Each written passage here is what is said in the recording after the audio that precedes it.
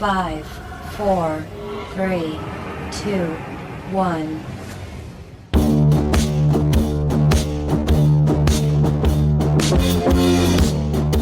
Look at this. Ball's on the ground. Ball's on the ground. It's picked up by the Raiders. And they have a touchdown with Nichols. Mahomes throws, and he's picked off. And this one's going back for a touchdown. 2 snaps, 2 defensive touchdowns. And it's Jack Jones who had a pick 6 last week. The Pro Bowl kicker in his 12th NFL season to try to save the day for the Jets from 54. Good snap, good hold. The kick from Zerline is good. And the Jets have taken the lead with still 5 seconds left on the clock. Here's another pick. That's Patrick Queen. And Queen will not go down until he gets inside the 10. 2nd down and 20. That is picked up! Adoree Jackson changing this game. Hurts in pursuit. Will not get him. It's a pick 6. Adoree Jackson. Tyrod Taylor looking for a Christmas miracle. Directs traffic and throws back in the end zone. That's the ball game. Picked off by Ringo. The Eagles survive and end the losing streak. 33-25. You're listening to another edition of Sports Today with Peter J. Here's your host, Peter J. Mulroy.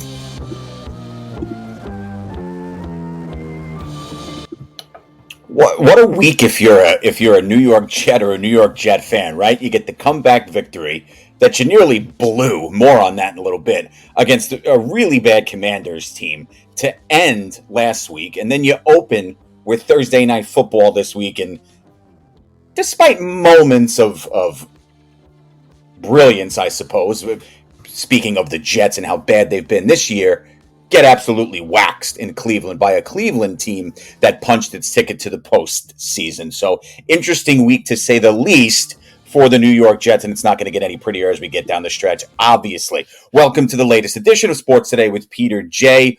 On the eve of New Year's Eve.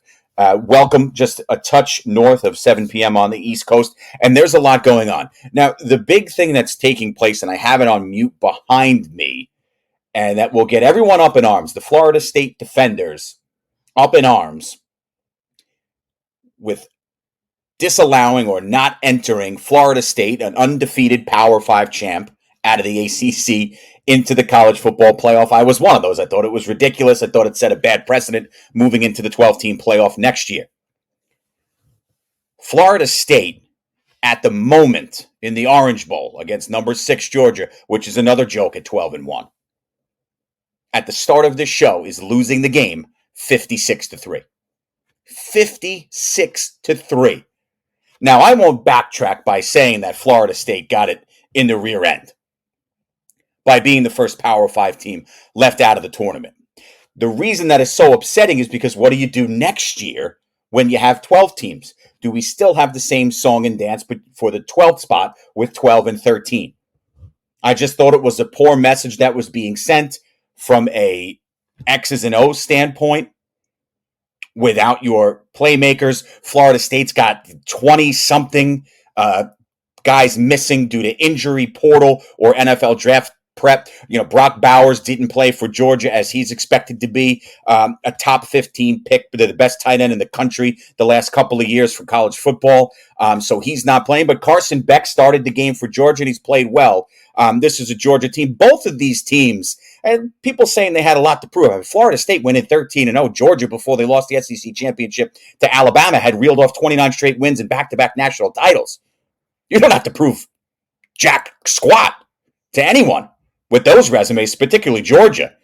Well, you could make the argument they should have been among the 4 teams in the tournament. So the expansion to 12 will help. This is going to be a sour note for Florida State, but it does not diminish what Mike Norvell has accomplished in rebuilding Florida State football and doing it the right way. This was a strip down. He built it back up. Jordan Travis, the heartbreaking injury about a month and a half ago to end his college season as he continues to prepare for the NFL and continue to get healthy. 13-1 ACC champion when you're playing the ACC championship game with a freshman quarterback who'd only throw 4 balls in his career is impressive. This will be an ending sort of like TCU went through last year against Georgia in the national championship game when Georgia put up 70 on them. So the last 2 games and counting now, Georgia has 56. They scored 70 last year in the national championship game. That's 120 plus points in their last 2 bowl games. That's impressive. That's impressive. This is elite stuff that Georgia continues to do, and it would have been fun to see them in the Final Four, but we won't have that. Obviously, the Final Four is going to be the meat of the show, but I want to talk about what happened in Week 16 in the NFL and do a little preview with my picks of Week 17 in the National Football League. First, you take a look last week in that Giants-Eagles game. Not all that meaningful win-loss-wise for the Giants outside of perhaps draft positioning. I know a lot of fans get wrapped up in that things. I don't. The chips are going to fall. You're not tanking. That's not going to happen. Giants play hard. They've got talent. They're just not there. And we've said that all season. A season opening 40-0 loss to the Dallas Cowboys sort of set the tone. At one point, 2-8. They reel off 3 in a row. Everybody's on the Tommy DeVito train. I said last week, and I stay with this mindset, not just as a lifelong Giant fan, but as a football fan who I like to think I've seen a lot. I think you have to give credit to Brian Daboll and this coaching staff for keeping this together, right? The Giants had every reason, right, to just go out there, throw it around, see what happens last week, play some of your younger guys, and potentially get drubbed by the Eagles. That didn't happen. Now, this was an Eagle team that was reeling coming into the game on a 3-game skid. To many in the weeks leading up, a Super Bowl favorite until they met San Francisco. And now San Francisco looked like the favorite. And we'll talk about what happened in their contest last week against Baltimore. You heard some of it in the opening package. But this was a good test for the Giants, who not only showed up, had a chance to win the game. But the focus that I'd like to lock down here is on the Philadelphia Eagles. You heard in the opening presentation the pick 6 for Adoree Jackson. Tough ball, receiver slips, Jackson takes it back the distance to make it a 5-point game. Giants are back in this thing when you think they're left for dead. And what do the Eagles do? And one of the things that had made it so frustrating watching this Eagles team is there were inconsistencies on both sides of the ball. Not after the pick 6. Jalen Hurts leads him down the field and they put one in the end zone. That's the Philadelphia Eagle formula. That's the Philadelphia Eagle way we've become accustomed to the last couple of seasons. But that formula or that plan or method that we hadn't seen the past couple of weeks, a la a 3-game losing streak. Giants would come back. Tyrod Taylor, who played well, 70-yard bomb to Darius Slayton, another touchdown, and Philly is able to answer by moving the chains again. Now, the Giants had a shot late, down 8, but the Eagle defense came up with the interception in the end zone to get them that victory. So when you talk about the Philadelphia Eagles, a game they were expected to win, they were a monster favorite. I think I said last week I felt pretty comfortable that the Giants would cover at 13.5 and actually moved to 14 before kick. The Giants obviously did, and only losing by 8. But that was the type of win that Philadelphia needed. Now, from a Giant perspective, we talked about last week, and we had some calls on it, about closing the gap between yourselves and the Eagles and yourselves and the Dallas Cowboys. Now, granted, we're not through 2 years of the Brian Daboll, Joe Schoen era. But the sample size is enough to know that they have not been close to either one of these teams on paper or on the gridiron. And that's a problem. So it was good to see the Giants, with that rising talent, questions at quarterback, obviously no Jones. DeVito gets benched at halftime, and Taylor comes in. And by the way, this shouldn't be much of a decision for Brian Daboll moving forward. He's got to play Tyrod Taylor. He's the better quarterback, and he was the QB2 for a reason until he got hurt. There's more life in the offense when he plays. DeVito's a nice story. There's clearly a place in the league for him. But in this league, which is all about winning, Giants got to end, and I don't want to hear the crap about the draft picks and finishing 5-12 and getting a top 5 draft pick. You need so much more than just what one player would do for you, unless you would know that you were getting that franchise changer, which you don't. You've got to play Tyrod Taylor. It should be pretty simple. But I think what you saw from the Giants in that game was a sound game plan, the ability to want to throw the ball down the field, the attempts to get Darren Waller, who had a bad drop in the game, and Jalen Hyatt involved in the offense, while still leaning on Saquon Barkley, and watching the offensive line continue to develop, because the O-line had been better, minus the hiccup against the Saints a few weeks ago. This is not the offensive line, folks. I am not saying that this is the offensive line they need to be rolling out with. It is not a great unit, but it is exponentially better than it was in the beginning of the season. I think that's fair. I think most would agree. But you did see a Giant team, despite all of the negativity around them, the 5-win season, 5-10 record with 2 to go toe-to-toe with a healthy starting unit of the Philadelphia Eagles, who is damn well going to contend for a Super Bowl title.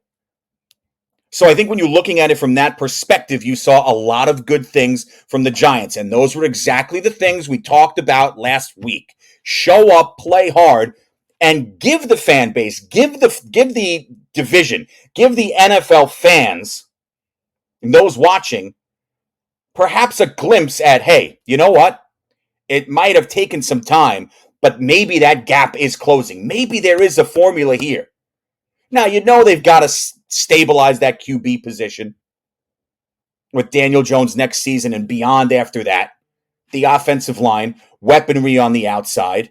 But there are pieces there, specifically on defense.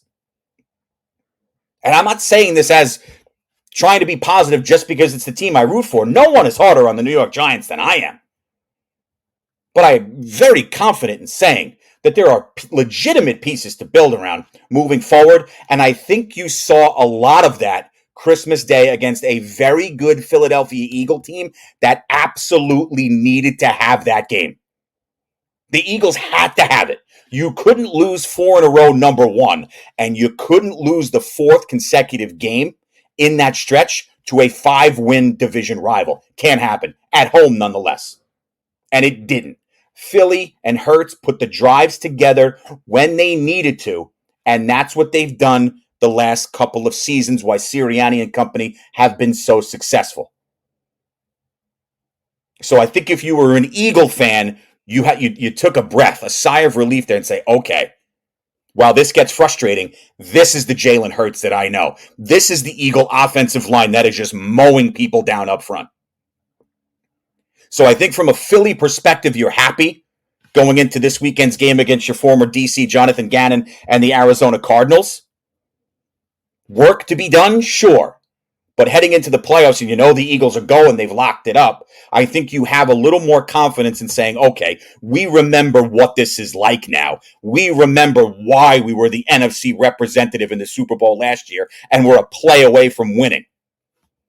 So I think that was the good sign. The Giants will end the season. Rams on New Year's Eve. For those listening live, that's tomorrow, Sunday, December 31st. Fox is anchoring the 1 Eastern time start. And then they end at home with Philly on January 7th. The time of that game still to be determined. As far as the Jets are concerned, and I just want to touch on this before we get into the Week 17 rundown and sort of a look around the league. I had mentioned last week, and it was perfect timing with the Jets playing the Cleveland Browns to open Week 17 on Thursday night, how there were parallels between what was happening with the New York Jets and the Cleveland Browns. Now, diametrically opposed in the positive and the negative aspects. Allow me to elaborate now that the Jets have lost this game by 17, 37-20. Number one, at any point in this season, the Cleveland Browns could have laid down and died. This is a unit that's gone through 2 quarterbacks, injuries on both sides of the ball, yet they now have 10 wins to their credit, and they're making their first playoff appearance since 2020. The Cleveland Browns have 11 players on IR. Among those, starting running back Nick Chubb, who went healthy as a stud. Offensive tackles Jedrick Wills Jr. and Jack Conklin. Grant Delpit in the secondary is a beast. And obviously Deshaun Watson, their starting quarterback, who they gave millions to, and rookie fifth rounder Dorian Thompson-Robinson, who at times had played well. Add into the fact that they just beat a top 10 Jets defense without Elijah Moore, who had really played well coming into that Jet game, and Amari Cooper. Injuries certainly factor in. I said that last week. It would be absurd not to consider what teams are going through.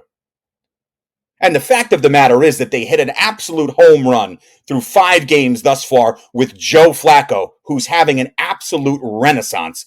After playing 12 games across the last 3 years with the Jets, he's come back and looked like the well-oiled machine that he is. He's still got a cannon. He's got that minimal mobility, but he's able to be shifty in that pocket, get the ball out, and get it to his playmakers, whoever they may be. 11 guys on the IR. Banged up offensive line. At one point in the season, the Cleveland Browns were down 4 starters on the offensive line. And they have 10 wins, and they're going to the playoffs. Folks, my point is, and as this relates to the Jets, because there never seems to be any accountability in or out of house with this New York Jet franchise, coaching makes a huge difference. Schematics make a huge difference. How much longer do the New York Jets need to see things like this happen before they make serious, tough, but necessary changes? You're going on 13 straight years without going to the playoffs, and it doesn't seem to bother their ownership group and Woody Johnson one iota. And it pisses me off, and I'm not even a Jet fan. But then you can look at someone like the Cleveland Browns, who have been a doormat franchise in this league. In similar fashion to the Detroit Lions, who we'll talk about in a minute. And look at what the Cleveland Browns of all teams have done. They're not just winning games. They're winning games in style, punctuation points. And by the way, yeah, there are times where, okay, the injuries finally catch up to these teams. When you've got a veteran and a Super Bowl champion who can still sling it like Joe Flacco can, this is a legitimate contender come playoff time in Cleveland. The Cleveland Browns, as they continue to roll, are 100% in contention to win the entire damn thing. That is an absolute fact. You get that resurgence as the veteran quarterback. You can make the comparisons with Joe Flacco to someone like Kurt Warner years ago. Came on board with the Giants when Eli Manning was a rookie, got benched, knew it was going to happen. When the Giants, with him as the starter, were above 500, Manning comes in, they lose a bunch of games while they develop Eli Manning. I think they finished 6-10 or 5-11 that season. Kurt Warner goes on to Arizona, finds his groove again, and leads him to a Super Bowl where he was a historic play away from winning a Super Bowl championship with the Arizona freaking Cardinals. Joe Flacco is now in that position with the Cleveland Browns.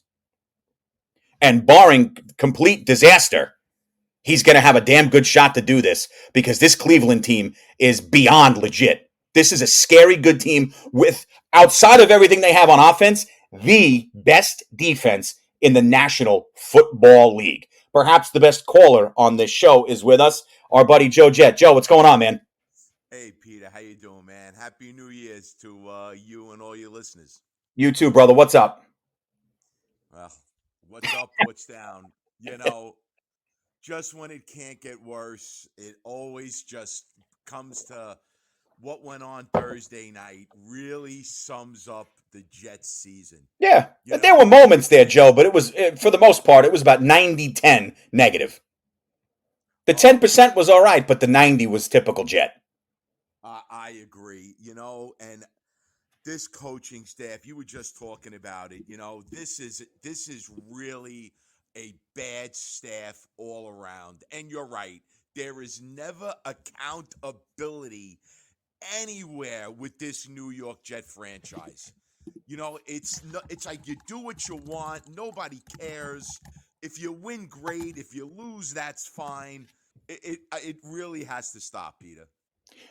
But Joe, you have been a Jet loyalist, a Jet fan your entire life. 13 years now going without the playoffs, and we're not even beating a dead horse here, Joe. You say it's got to stop, it's got to change. I say it, the fan base sees it. The guys in that locker room probably see it, or at least should see it.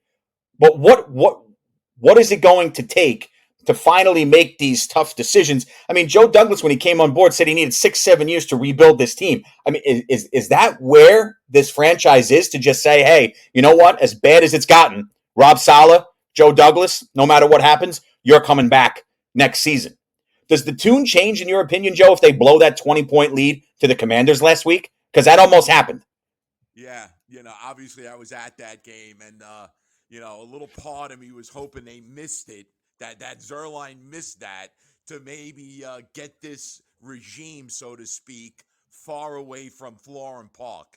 Joe Douglas has not been good whatsoever as a general manager. He had that one good draft where he had Sauce and Brees. All of the rest of them have been terrible. We've gone over this already. But to me, it's Robert Saleh. He has lost control of the team.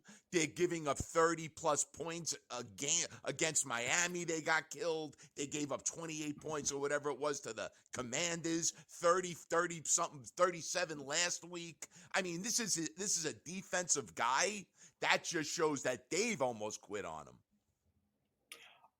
And I think you can see that on the sideline too. That comes across even watching on TV, which is problematic, which I think, and correct me if I'm wrong, is what makes it all the more infuriating for the fan base. Now, franchises, Joe, aren't going to be reactionary based on just how the fans feel, right? You don't get hired and fired because of what the fans think. But at the end of the day, you're going to tell me that this front office group with the New York Jets, Woody and Christopher Johnson, don't see the same things? They can't figure this out after this time, after this slog. And this is not a couple of years. This is almost a decade and a half of the same nonsense, and it's week after week after week. That's right, Peter. And again, Robert Saleh, 17-33 as a head coach. This is a winning business. You're paid to win. You're paid to grow players. And, they just don't do it. 13 years without a playoffs. How about this, Peter? They're the number one penalized team in the NFL. How's that? Is there incredible an answer for this? What did I say with the Cleveland Browns? It comes down to coaching, right? That's why, I mean, it'll be Dan Campbell and Kevin Stefanski will probably go 1-2 in the Coach of the Year votings. In my mind, it's a no-brainer. It's got to be Stefanski. But this is how you keep these things together. Schematics, game planning, coaching. The next man up mantra, to an extent, you got to be careful with that, but you have to build from within. And the Jets entered this season with no legitimate option behind Aaron Rodgers. We know how that worked out. And no legitimate plan up front on that offensive line other than to say, Mekhi Becton is in better shape. We're going to roll out with him. And it's been a complete systemic failure, and no one in that office seems to give a damn. That's right. And speaking of Mekhi Becton, by the way, he's the number one player with the most penalties in the NFL, if that means anything, okay? So that shows how bad he is. He has to go also. This was his year to show that, he came back from his injuries. He's not getting the job done. I mean, look, Joe, before I let you go, we always appreciate the phone call. What would you do if you could sit down at a table with Woody Johnson? What would you tell him to do? It would be wasting my breath because Woody Johnson doesn't seem to do anything at any moment, except 2 weeks ago, give Robert Saleh and Joe Douglas the vote of confidence that they're coming back. And I'm tired of hearing about, give them Aaron Rodgers, and he's going to have – what if Aaron Rodgers gets hurt in week 3? Now, I still have an incompetent coach trying to, work the team with the backup that has to come in. Correct. It all starts with Robert Saleh. I'm sorry. Did we lose him? I think we lost Joe. He might have smashed his phone. But yeah, what he was going at, I think, is what everyone agrees with. I mean, this is, again, you've seen this over and over with the Jets, and the plan, if you can even call it that, seems to be consistently inconsistent. And Thursday night was bad. The Commanders game would have and should have been a nail in the coffin if it didn't come down to the leg of Greg Zuerlein, with the Jets almost blowing a 20-point second-half lead. But this has become to now anoint Saleh and Douglas as the guys next season already, after what has just been another embarrassment, is a different type of embarrassment in its own right for a franchise that has been full of them under Woody Johnson's guidance and ownership, if you will. So that's pretty much what you have with the Jets. They've got two left, and they'll end the season. And this one is interesting with the Patriots. So you've got January 7th up in New England. And the reason that is significant, both of these teams are bad. We know that Patriots are terrible. The Jets might even be worse. It could be the final game for Bill Belichick on the Patriots sideline as head coach after 24 seasons. That's a run, folks, that includes 6 Super Bowl titles in 9 appearances. And it could be done at the end of this season, unless Robert Kraft and company are able to work something out there that's amenable to both parties. I know there's been West Coast rumors with the Chargers linking to Bill Belichick, and his name will certainly be there at 71 years old if he still wants to do it. He's certainly got the acumen for it. Is the desire still there to pick up, leave, and go somewhere else, or even stay in New England and continue to coach? It'll be interesting to see. And his last game could very well be as head coach of the New England Patriots against the New York Jets. So you look around this league, just moving on from the New York squads. I thought it was interesting last week's game between the 49ers and the Ravens, a rematch of the 2013 Super Bowl, and certainly what could have been a preview for this year's title game in San Francisco. But this is a Ravens team that just continues to roll through people. And I think it's a bit premature to say Brock Purdy's no longer one of the top 2 guys for the league MVP, even after throwing 4 picks. I think that's an overreaction in a 33-19 victory for Baltimore. It's tough to overcome those types of turnovers, but if you watch that game, it wasn't all Purdy. He was trying to make plays, sure, and he's done that all season. He's done that in his career as a starter. Certainly wasn't his night, but under pressure, ball's tipped, he gets his arm hit on a delivery, and that Ravens defense is just really good around the football. They're ball hawkers constantly. I think after watching Philly beat the Giants and get back on track, along with Dallas, Baltimore, obviously Miami, after beating the Cowboys, these are teams that are very much in the conversation to be Super Bowl contenders. You look at squads like Kansas City. Another brutal loss last week, this time to Oakland. You heard some of the highlights in the open tonight. This is a Chiefs team that it just frustrates the hell out of you because they haven't been able to get any consistency whatsoever on offense to really back up a defense that has gone out of its way and played very well. You look at what Buffalo has been able to do. Buffalo, were they not left for dead a couple of weeks ago? If the playoffs started today, they're in.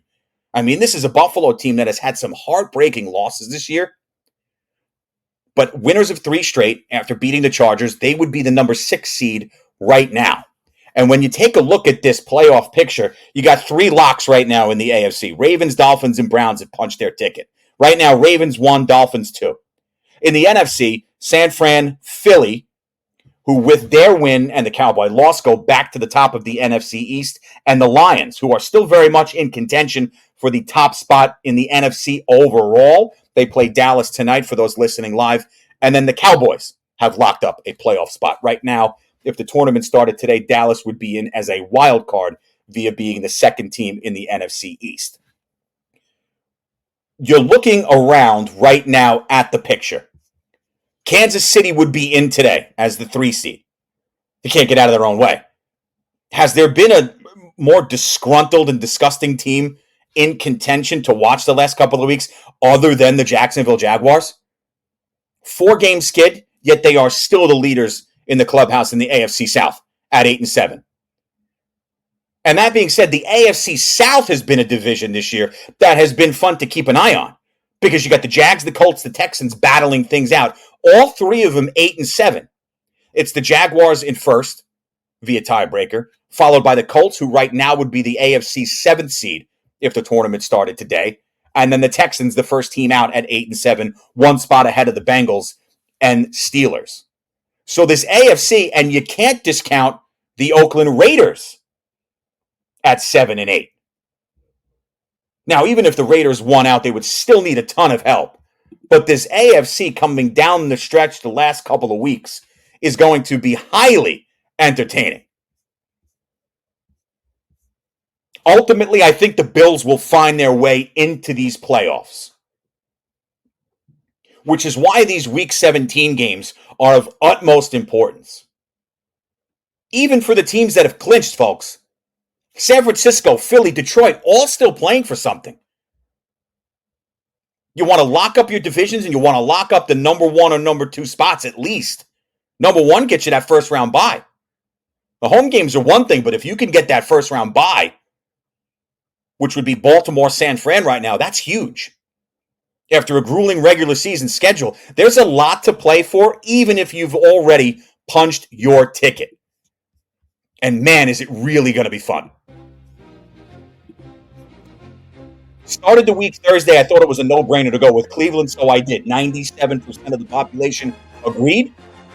We went with the Cleveland Browns, who absolutely hammered the New York Jets, 37-20. So I got off to a good start. I'm going to go with Detroit over Dallas. By the way, 63-3. Georgia over Florida State. My God. Back-to-back bowl games for Georgia, 70. If this was a 12-team field like it will be next year, Georgia probably would win the entire damn thing. So I like Detroit going over Dallas. And, am I going to have the Cowboys win this game at home? Of course not. They seem to play much better with a larger amount of confidence at the friendly confines of Jonesboro, Perrysville. I'm going to go Lions here. This is a big game for Detroit. This is uncharted territory for the Lions. They won their first division title in 30 years last week. Still with the top spot in the NFC on the line. Give me the Lions in the upset, mini upset. Arizona goes to Philly. Look, I didn't think there was any chance the Giants would win last week's game against Philly. I thought they'd cover at 14, and they did. Philly's a monster favorite again. I think it's 12.5 as I sit here right now. I don't have it in front of me. Philly's going to win the game. I think it might be a little bit closer like we saw last week than many people consider. Jonathan Gannon coming back to Philadelphia, where he wasn't really a fan favorite as the DC in Philly. So he comes back as head coach of the Arizona Cardinals, and we'll see what folds there. Philly's going to win the game. I just think it'll be a little closer than most think. Chicago's going to be a favorite here against Atlanta at home. This Taylor Heineke effect has been pretty interesting in Atlanta as he took over the starting quarterback spot for the Atlanta Falcons. He was a full practice participant on Friday and didn't have an injury designation. So I think that's big for Atlanta as they look to continue to really stay in this race and have the opportunity at 7-8 to try to play catch up to Tampa Bay, who's leading the NFC South. I'm going to go Atlanta there regardless. I think it's close. Chicago's been snake bit a bit this year, but I like Atlanta on the road in Chicago. Carolina goes to Jacksonville. The Jaguars have to win at some point, right? Barely clinging on via tiebreaker to the top spot in the AFC South. Give me the Jags at home over the Panthers. There's been developmental processes here with Carolina. You like to see that with Bryce Young. I just don't think they'll have it on the road for a game in Week 17. Jacksonville absolutely freaking needs. I think they get it. Rams go to the Giants. I think it's close. Rams win that game. You got Vegas going to the Colts. And by the way, Tyrod Taylor's going to get the start for the Giants as he should. He should be the QB1 the last 2 weeks. That should be a no-brainer for the New York Giants. Vegas off the victory over KC. They're going on the road to Indianapolis. Indy might be a slight favorite here. I like them. I'm going to take the Colts outright. Miami goes to Baltimore. This is a New Year's Eve game, 1 p.m. on the East Coast, I struggled with this one. Baltimore, what its defense did to San Francisco last week, and then Miami hanging around the entire time with Dallas coming back late when they needed it and getting the win at home on Christmas Eve. Give me the Dolphins here. I'll do it. I know a lot of people are high on Baltimore. I love what both teams are doing, folks. I'm not saying that. But having to make a pick, that's what you got to do. Outright winner. Give me the Dolphins here. I like the Dolphins. Let's see them get a legitimate victory on the road against the team they are battling for the top spot in the AFC. So Sunday's game is a showdown of 1 and 2 in the AFC as we sit here tonight. And right now, I'll take Miami in this one. Patriots go to Buffalo. I think Buffalo's going to beat the hell out of them. They're a 2-touchdown favorite. Buffalo's just got too much of a good thing rolling right now, and I think they're just going to be too strong for this really beleaguered and outmatched New England team who won't have the services of running back Ramon J. Stevenson, who was placed on the IR earlier in the week. Saints go to Tampa Bay. Baker Mayfield and company rolling their home. Give me Tampa. San Fran goes to Washington. I like the under in this game. For those of you who FanDuel or DraftKings it, San Francisco really should go to Washington and absolutely murder them. Can I say that? Didn't mean to offend anyone with such harsh language. But San Francisco gets the win against a Washington team that I think is the absolute worst team in the league, record aside. San Fran, this is a good week for them to get back on track on the road and pick up a win that they should get. I think they do it. Tennessee to Houston. Give me Houston here. And this is big. CJ Stroud clearing that last step of concussion protocol. He is ready to roll. I think he, along with Puka Nacua from the Rams, are 1-2 in that Rookie of the Year voting. I would still probably give it to Stroud, even with the time missed. Houston gets a big win against a pesky Tennessee team who has nothing to play for other than pride. Pittsburgh to Seattle. Has there been a more frustrating team this year than the Pittsburgh Steelers? 8-7, third in the North, behind the Bengals and Texans in the current playoff standings. Too many things have happened to this point in the season for me to trust the Pittsburgh Steelers, so I'm not going to do it. Give me Seattle at home in a game they need as well. Cincy goes to KC. Kansas City, much like Jacksonville, figure it out. You got too much damn talent. Now, I know it's frustrating for Mahomes. He's not throwing to the best of the bunch outside of Kelsey, who really hasn't been all that great the last couple of weeks. I'm sure Taylor Swift has nothing to do with that, because that's another thing I'm tired of seeing. Every damn time Patrick Mahomes drops back and looks Kelsey's way, you got to see freaking Taylor Swift in the box. That has absolutely no impact on the football game whatsoever. Just drives me nuts. And it hasn't been too much of coincidence, you don't think, that he hasn't played well the last couple of weeks? Travis, get single, date her again after the Super Bowl. Since he goes to Kansas City, give me Kansas City. Chargers go to Denver, and just another game. I mean, the Broncos defense frustrates you. Russ is benched, so you don't have him. Disgruntled, though Russell Wilson comes out earlier this week and says despite the benching, he wants to stay in Denver. Team's got him linked to the New York Giants. They got him out west to the Chargers. I want no part of this guy. Let him stay where he is, pick up where he left off next season and beyond. Denver wins in a sloppy game. Two bad teams, but I think the Broncos win the game. And then you got the last game to end the week, the night game, the Sunday night. There is no Monday night game this week. Green Bay goes to Minnesota. Yeah, we all fell in love with the Dobbs effect and whatnots, and Nick Mullins has played well. But I like Green Bay to win this game here. This is a Packers team at 7-8 on the outside looking in. They need the win. They need some help. They're tied in that 8-9 spot with Minnesota right now. So on the road, this would be a huge win.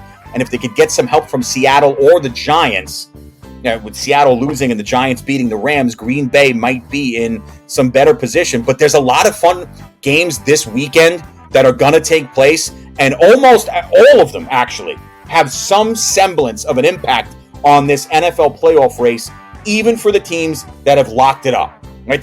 Sometimes you get those games where they don't really mean much unless you're going down the line for the tiebreakers. But outside of these teams that have clinched, who are still playing for the top spots in their respective conferences, like the Ravens, Niners, Eagles, and Dolphins, these games are huge. And it's going to be one hell of a weekend to watch all of this unfold through these wonderful Week 17 matchups, which are going to set the table for Week 18. That being said, we got our next caller on the line before we switch gears and talk a little college football playoff. Vinny, what's up, my dude? How are you? Peter, how are you, pal? Good. What's up?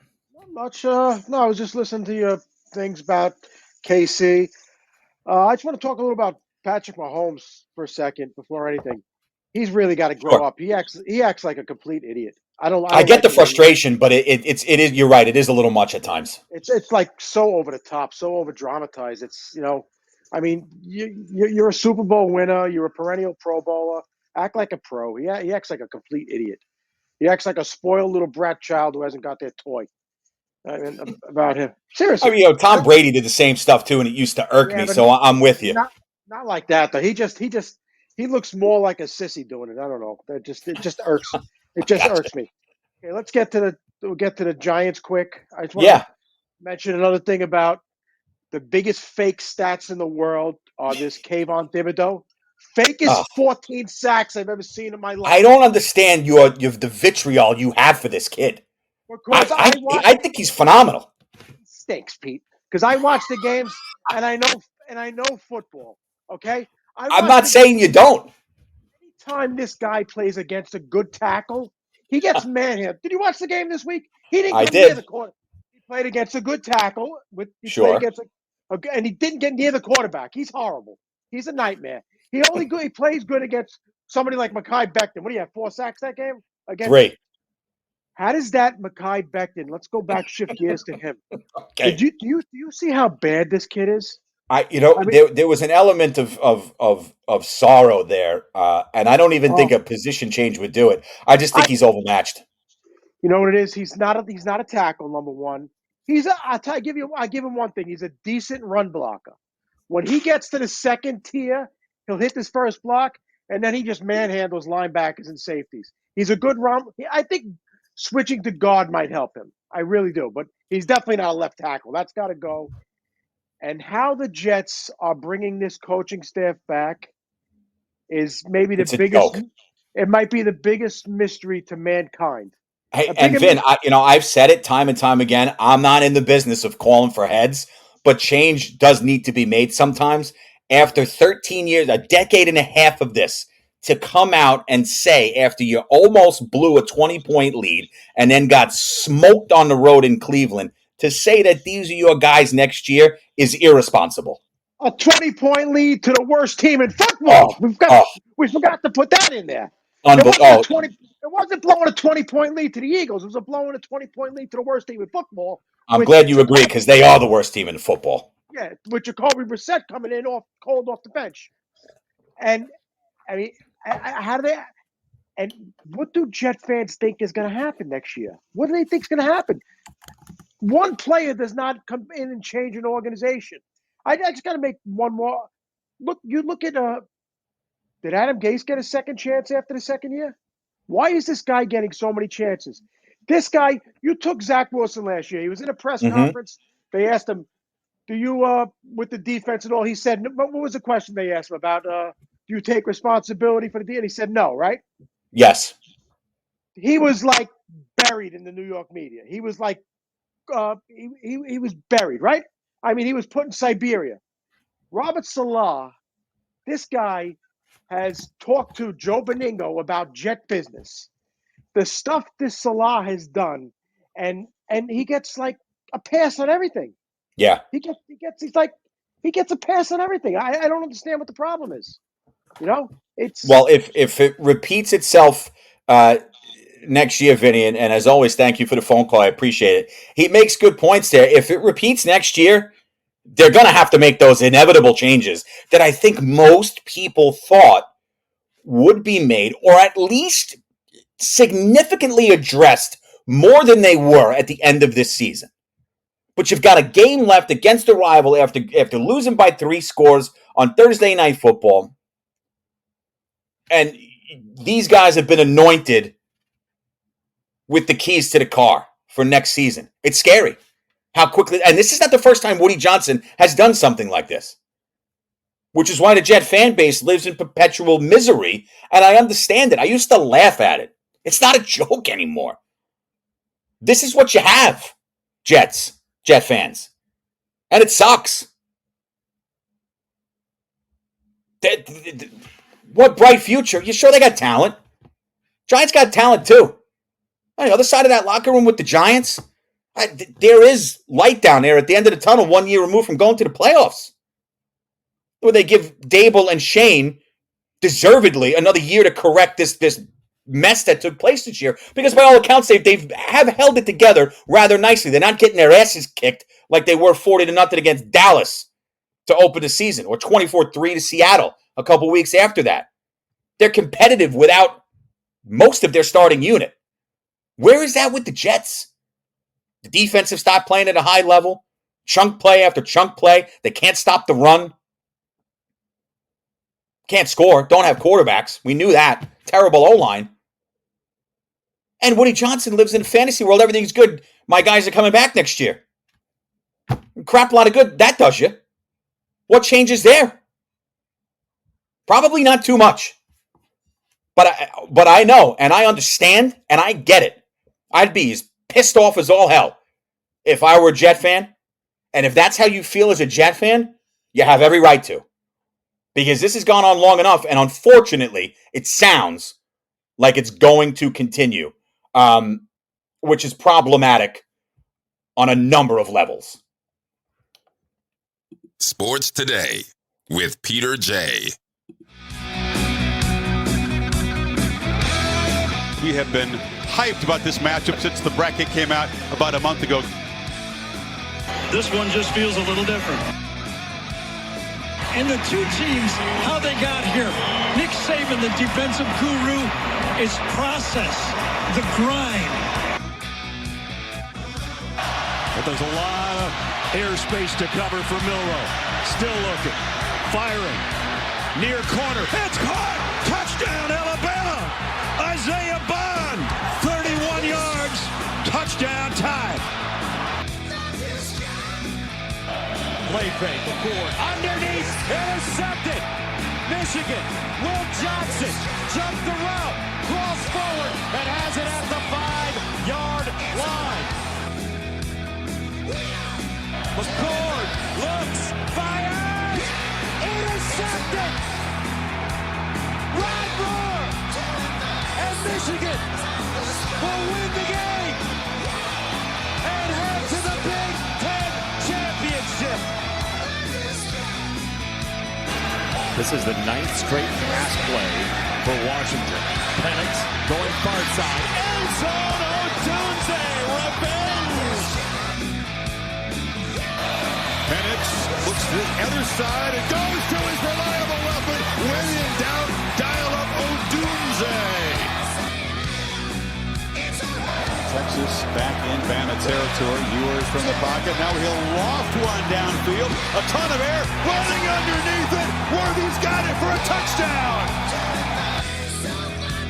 What do we have here? That's just a glimpse at what you've got coming up in this college football semifinal round. I mean, how the four teams got there. Alabama needed a fourth and a mile miracle on the last play of the game against Auburn. Texas beat Alabama early in the season in Tuscaloosa. By the way, it's hard to put your head around the fact that this is Texas's first appearance in the college football playoff. All that history in UT football, this is their first appearance in the Final Four. Now, they got a title victory with Vince Young and Mac Brown years ago, but this is their first appearance, and you would think it would be many more. With the UT football future is very bright with Steve Sarkisian in control of the ship, especially with the expansion of 12 teams next year. I think is exactly what you want here for this Texas fan base, which is vast. I mean, they travel well. They pack that stadium for every home game on the campus of UT. I mean, those people know they live, eat, and sleep Texas football. And now they're 2 wins away from a national championship. Michigan, look, you know how I feel about everything that's gone on with Michigan. I don't like it. I know things go on in sports. I wasn't born yesterday. I don't mean to be the old guy screaming, "Get off my lawn." You got a coach here that was suspended 2 separate times this year for 3 games a clip and was supposed to be lauding them and applauding them for being the number 1 ranked team in the country. Now that this is a veteran Texas group, a veteran Michigan group that comes into this Final Four. But it bothers me that I know losing by 60 points isn't going to do any of that justice with Florida State, but you left a Power 5 13-0 team out, the ACC champion Florida State. Georgia gets bounced with 1 loss to Alabama in the SEC championship, which was a 3-point freaking loss. And we've got a Michigan team that on the field, the kids are great. And it just goes to the point that I say all the time, and this is in society too. There's no accountability. This is a team that got caught cheating, legitimately cheating. And you got people out there, and I don't like to name names, but I'll do it. Desmond Howard from ESPN. I know he fanboys it for Michigan where he won the Heisman. Backing them up and saying saying they were raked over the coals. It's absurd. This is a program that got caught cheating twice. And I will be rooting my ass off in this game for Alabama, and those are words I have never uttered. And as a lifelong Notre Dame fan, I've had complete disdain for Michigan as it is. But this is beyond that. And then you bring in this Washington team that just does everything right. I've been on the Washington bandwagon all season. I said it last week too. I ain't getting off now. But the Michigan stuff, I said what and I know this is a smaller show. This isn't the Joe Rogan, 4.5 million followers, right? I've got my base here thanks to you. You let me rant and rave at times. I said in my head tonight, when I come on, I'm not going to get upset over Michigan. And I just got upset over Michigan. And it bothers me that I did that. So let's break it down. We'll talk about some of the other bowl games that have already taken place. But you got the Final Four here. You got Michigan, Alabama, 1 versus 4. On the field, you've got a Michigan team that is veteran-led. They don't turn the ball over. They've turned it over 7 times this year. And they're disciplined because they don't commit penalties. Fewest in the nation. Piggyback that with having the nation's top scoring defense, Blake Corum, a premier running back who has not participated in the previous playoff appearances for Michigan due to injury. And J.J. McCarthy, if they can keep at quarterback, if they can keep that balanced attack, they'll be right there in this game. Now, 3rd down conversions for Michigan is the key for me. This is an Alabama pass defense that is amongst the best in the country. Well under 200 yards do they get through the air. Kool-Aid McKinstry, Terrion Arnold, studs on the back end of that defense.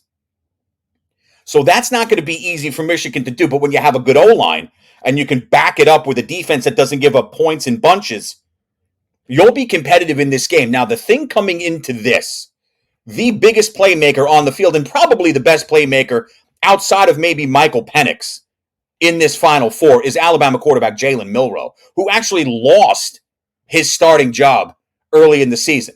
And he worked with offensive coordinator Tommy Rees, who's in his first year, has done a masterful job as well. Over the last 5 games, 10 touchdowns and a pick for Jalen Milroe. And he throws the ball. If you haven't seen this kid, Isaiah Bond, who scored that magnificent touchdown on 4th and goal from the 31 a couple of weeks ago in the Iron Bowl against Auburn, you haven't seen electricity like this kid. And between him and Milroe, the rapport that they've built, and couple that, folks, with the fact you want to break games down. How are you in crunch time? Alabama's 4-1 in 1-score games. The lone loss came to Texas. So this is an Alabama team that is tested. They know how to win in tough spots, and they know how to get the job done. I think Alabama wins this game. I do think it's close. I think both teams will have their moments. But I like Alabama somewhere to the tune of 28-24. I think it's a great game. I think Alabama gets it done. You take a look at the Washington-Texas game. A lot of people will be on that Texas sideline, that Texas bandwagon, and I get it. What they've been able to do, the one loss on the resume was to Oklahoma this year in a great game. Washington relies on their efficiency in similar fashion to the team that they're playing. And that comes down to their quarterbacks. Michael Penix Jr., who finished second in the Heisman voting, and Quinn Ewers for Texas. The best part about this for Texas, and something that is all the more impressive, is that Texas had to go a couple of weeks without the services of Ewers, and here they are still. Now, you know from this show, I've said it before, how big of a fan I am of Steve Sarkisian, the Texas head coach. I think the guy's remarkable. I think his personal story, overcoming the problems that he had with alcohol and being very open about that, the things that cost him jobs, to now have this high-profile job at the University of Texas, of all places, where football is life. If you're a Ted Lasso fan, you get that reference. This is remarkable that he's got a shot against the team he used to coach to put the Texas Longhorns in the national championship game. I think it's awesome. I really do. From a football perspective, as good as I think that Michigan-Alabama game will be, I mean, again, and things go crazy. I don't think too many people gave TCU a shot last year against Michigan. And I don't think anybody saw the beatdown Georgia would then put on TCU. I think most people had Georgia winning the game, obviously, but not by 60-plus points or whatever it was. You know, this is a Washington team, and we talk about how Alabama's been successful in close games. Washington, I mean, they are the definition of play with fire. Messed around with Stanford, almost got burned. Really almost peed away the game against Oregon in Washington before coming back to win that game and then beating them in the Pac-12 championship game.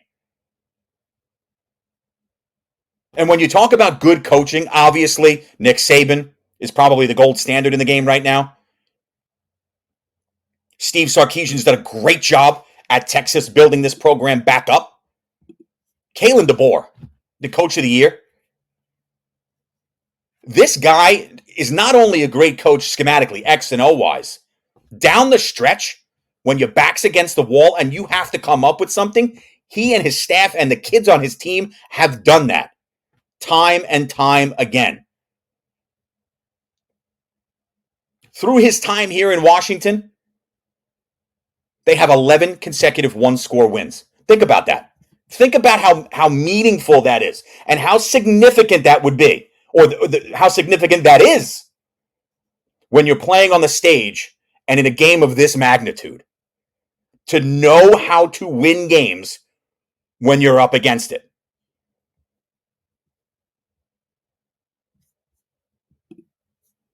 I think this is close. I think you get a higher scoring game in this one than you do Alabama-Michigan. I think it's a one-score game again. And I think, once again, Washington gets it done 37-34. Rome Odunze, the wideout for Washington, maybe not as electrifying in my perspective as Isaiah Bond for Alabama, but the kid is damn good. First round good. So if they can get the passing game open, which is significant because Texas does not have the greatest secondary. That's kind of the area that I will be focusing my attention on in this game. Texas is good up front. T'Vondre Sweat and Byron Murphy inside on that D-line. Those two kids are beasts. But it's on the back end where I think you have some worry if you're a UT fan. But if Texas can win that battle up front, which will be a tall order because Washington's got the best offensive line in the country, it'll be a different type of game. Texas has to win that game up front. And if they do that, they'll have a damn good shot to win this game. They're going in as the favorite anyway. But as I said to open the segment, I've been on Washington's bandwagon basically since week 2, and I am not getting off now. Give me Alabama over Michigan 28-24, Washington over Texas 37-34. The national championship, in my eyes, would then be Washington and Alabama. That would be played Monday, January 8th. I believe it's 8 o'clock on ESPN. We'll have a show, obviously, before that. But just looking around some of the other bowl games, and I love when people say, you know, outside of this Final Four in the national championship, these bowls don't mean anything. Well, tell that to the kids playing, right? Because if you reach the bowl season and you're bowl eligible, which means you have to be 500 or better. You have to have at least an even or better record to be bowl eligible in the world of college football. It's a reward for performance on the field. And if you go to a smaller school, let's for argument's sake, an Arkansas State, and you make a bowl game, and you get to go out to Hawaii, or you get to go out to Miami, or on the coast of California, you don't think that's significant for these student athletes? You don't think that's cool? Yeah, I get it. That the Poinsettia Bowl or the Pop-Tarts Bowl, by the way, had the best mascot I have ever seen in any sport ever. The Pop-Tarts Bowl, the trophy presentation was an edible Pop-Tart. And they had the Pop-Tart mascot stand on top of a prop toaster. Somebody pushed the lever down. The mascot Pop-Tart went into the toaster and then slid out the bottom, and you could eat the Pop-Tart. It was the greatest thing I've seen as far as mascots are concerned. If you haven't seen it, look it up on social media. It's been all the rave. It was absolutely hysterical, and it was really, really well done. But you look at some of these other bowl games, and they have different feelings to them, of course. We know guys are going to sit out as they prep for the draft. Other guys are going to enter the transfer portal. I get it. But for these kids, it's not going to devalue the opportunity for those playing another game with their teammates and coaches. That's significant. If you watch the Holiday Bowl, I mentioned last week it'd be the last time you'd see Caleb Williams as a member of the USC Trojans. Granted, it was in street clothes, but the USC offense didn't skip a beat. Sophomore Miller Moss threw 6 touchdowns in a game as USC beat Louisville, who had a really good first season under Jeff Brom. A 10-win season. So USC and Lincoln Riley ended on a high note, sour taste in their mouth. I get it. Williams probably will be the 1 or the 2 pick in the draft. I think most prognosticators have him going 1. So USC ends on an 8-win season. Yesterday in the Sun Bowl, which was a really good-looking matchup on paper, but you had a slew of guys for Notre Dame and Oregon State that were entering the portal or draft prepping. Notre Dame quarterback Sam Hartman. He sat out of the game for draft prep, and I get it. To me, Sam Hartman, round 5, round 6 in the draft, maybe he's got a round 4 ceiling, maybe, but I think you're looking at day 3 for Hartman. In his place, the New Jersey native Steve Angeli was great. 40-8 beatdown of the Beavers for Notre Dame. Notre Dame's been playing football since 1887. And that's the largest margin of victory they've ever had in a bowl game. More significant to that is the aspect that Marcus Freeman, who just finished his second year as a head coach at Notre Dame, which is his second year as a head coach anywhere, followed up a 9-win campaign with a 10-win campaign while recruiting at a high level and bringing back Mike Denbrock to coach the offense. So this has been a really good last month or so for Notre Dame football. New president at the university, new athletic director at the university. You get a bowl win, 10-win season for the Irish. They should end the season in the top 14, and I would expect when the rankings next year come out, I would say Notre Dame was probably, we can revert back to this, but I would say Notre Dame will probably be preseason number 11 if I had to put a number on it. So a nice way to end the stretch for my Irish. The Cotton Bowl last night, Ohio State, Missouri, quarterback issues there for Ohio State. Devin Brown gets the start. He gets hurt in the first half, doesn't play the second half. The portal entry of Kyle McCord pushed Brown into the starting rotation as a freshman making his first start. Didn't go well. Ohio State led 3-0 after 3 quarters, and then the fourth quarter dominated by Missouri. This is a really great story in Missouri. They win 11 games in a loaded SEC, and with the expansion to 12 teams in the playoff next year, why wouldn't Missouri be thinking big picture? They just completed year 4 under Eli Drinkwitz, who's done nothing but win. 11 wins in his 1 season at App State. Now here he is at Missouri, building a program, and I said it a couple times, stripped down all the way up. This is how you build a program. This is the blueprint. What Eli Drinkwitz has done at Missouri is how you build a program. And he's going to continue that because they recruit at a high clip as well.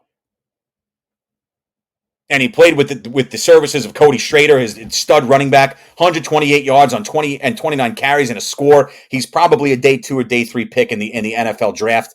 And you look around the Peach Bowl, Penn State just couldn't hang with Ole Miss today. They were too much. Both teams put up their fair share of yards, but it was the Ole Miss defense that came away with timely turnovers when they needed it. Add in the fact that Jackson Dart threw 3 touchdowns. Kinshawn Junkins, who I love, one of the most electrifying backs in America, 34 carries, 106 yards, and he caught a receiving touchdown as well. All things go for Ole Miss, who gets win number 11 for Lane Kiffin this season. It's the first 11-win campaign in Ole Miss history. And then, as we mentioned, 63-3, the win for Georgia over Florida State in the Orange Bowl. Does not diminish the season FSU had at 13-1, but certainly a sour way to end the season. In addition to the Final Four, you got the Fiesta Bowl and Citrus Bowl, New Year Day, Oregon, Liberty in the Fiesta Bowl, Iowa, Tennessee. Take the under in that game in the Citrus Bowl. And then later that day in the 5 o'clock and the 8 o'clock hours, the Final Four. And again, I like Alabama. I like Washington in these contests. Just a little cleanup duty before we get out of here. The Detroit Pistons, if they lose tonight, 29 consecutive losses would be the wrong type of NBA record for the Pistons. Lucas Giolito goes to the Red Sox on a 2-year, $38 million deal, giving them much-needed pitching help because today the Sox traded Chris Sale to the Atlanta Braves for cash and promising 22-year-old infielder Vaughn Grissom. Biggest news of the day came out of the NBA. The Knicks made a major trade with the Toronto Raptors. R.J. Barrett, Emmanuel Quickly, and a 2024 second-round pick go north of the border. In exchange, the Knicks get OG Anunoby, Precious Achiuwa, and Malachi Flynn.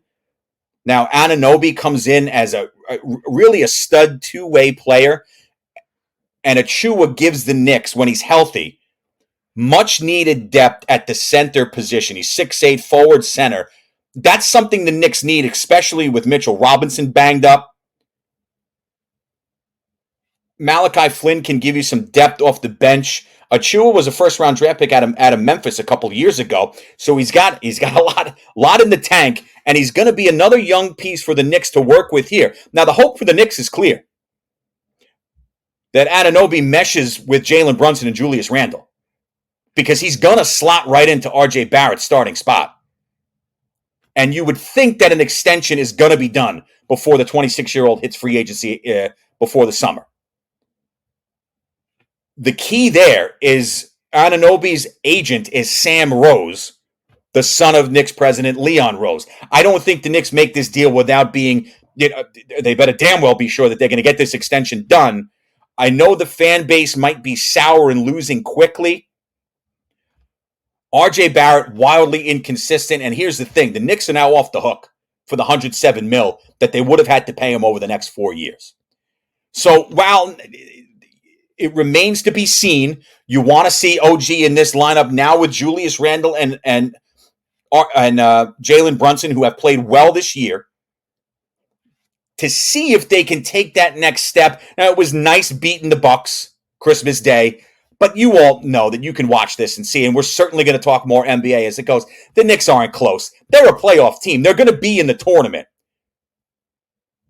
Title? No. Does this move make them closer? It remains to be seen. I don't think this is a swing for the fence the Knick fan base expected, especially if any phone calls were made to Cleveland and they were just told no.